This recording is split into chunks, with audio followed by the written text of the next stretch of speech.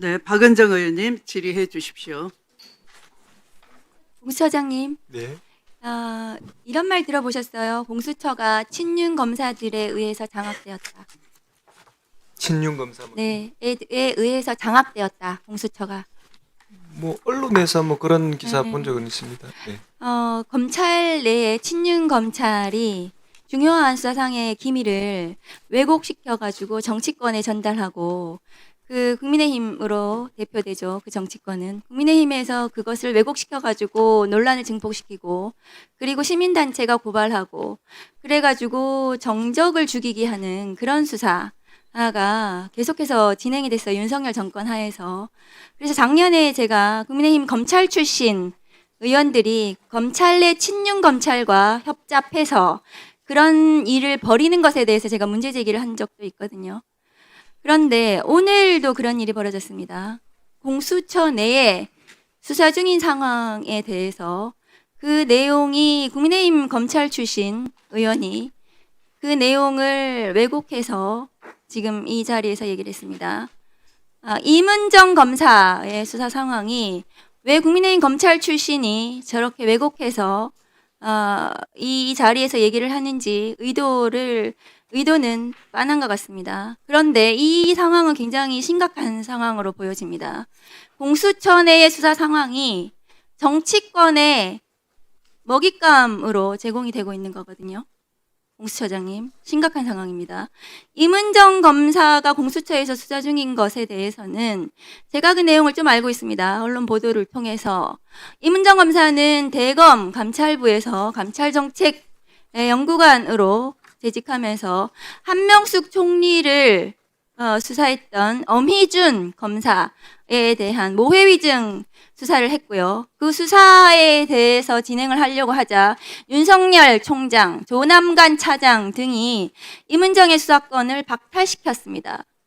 그것에 대해서 끊임없이 윤석열 검찰을 옹호하는 언론 보도가 나오니까 이문정 검사와 대검 감찰부는 그 오보 대응을 한 것입니다.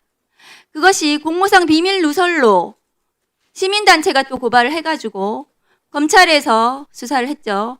어제 나온 서울중앙지검장 정진우 검사장이 북부지검장 당시에 이문정 수사에서 공수처로 넘긴 것으로 알고 있습니다.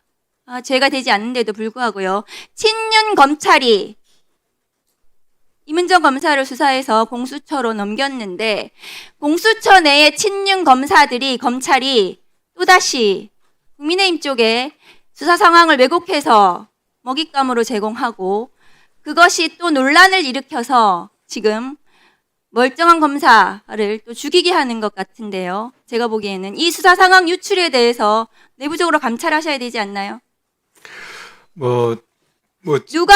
누가 국민의힘에 이 수사 상황을 왜곡해서 유출했는지 그것이야말로 공무상 비밀 누설로 보여지는데요.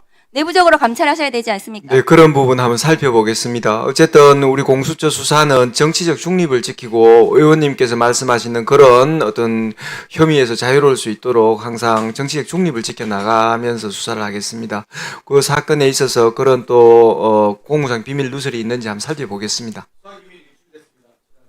그게 작년에 윤석열 정권 내내 이재명 대통령 더불어민주당 대표에 대한 수사도 그런 식으로 친윤 검찰이 정치권에 왜곡해서 먹잇감을 제공하고 국민의힘 검찰 출신이 논란을 일으키고 이슈화시키고 그렇게 해서 다시 또 수사가 진행이 되고 이런 일이 지금 공수처 내에 또 지금 벌어지고 있는 거거든요.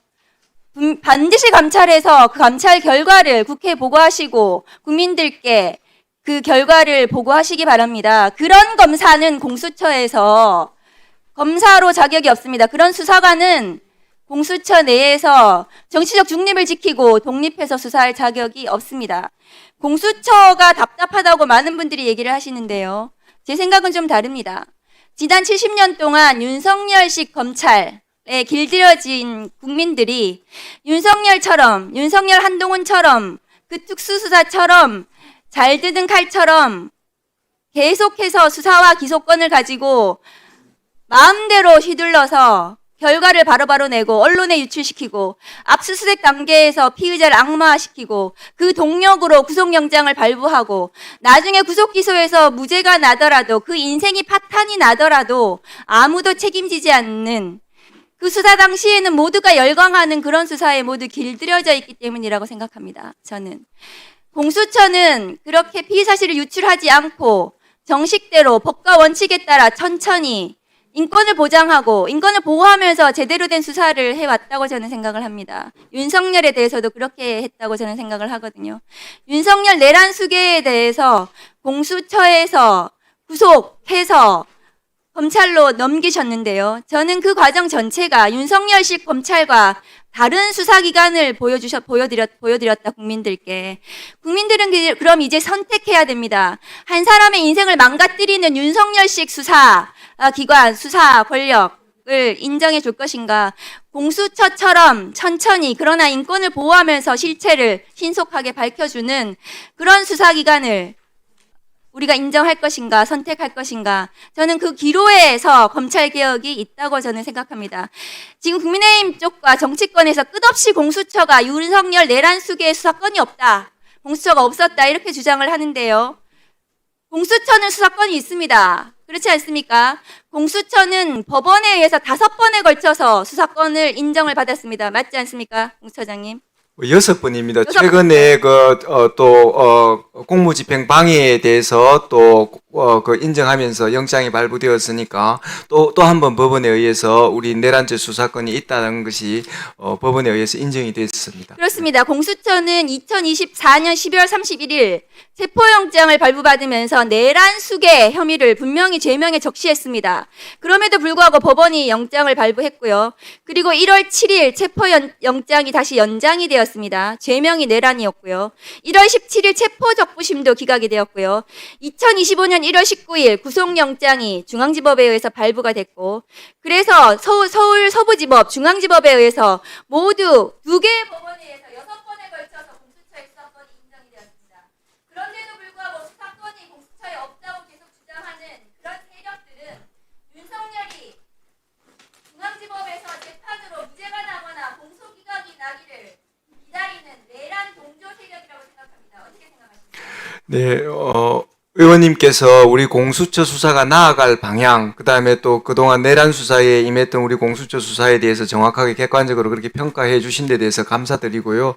어쨌든, 저희들은 그 말씀해 주신 대로 공수처 수사가, 기존에 해왔던 특수부 수사보다, 더 나은, 어쨌든 그 과정에서, 성과만 내는 그런 수사가 아니라 진실을 밝히고, 권력기관 견제, 그 다음에, 부패 없는 공직 사회를 만든다는 그런 우리 공수처의 존립 근거를 위해서 의원님께서 그런 여러 가지 칭찬 주신 부분 포함해 가지고 열심히 하도록 하겠습니다.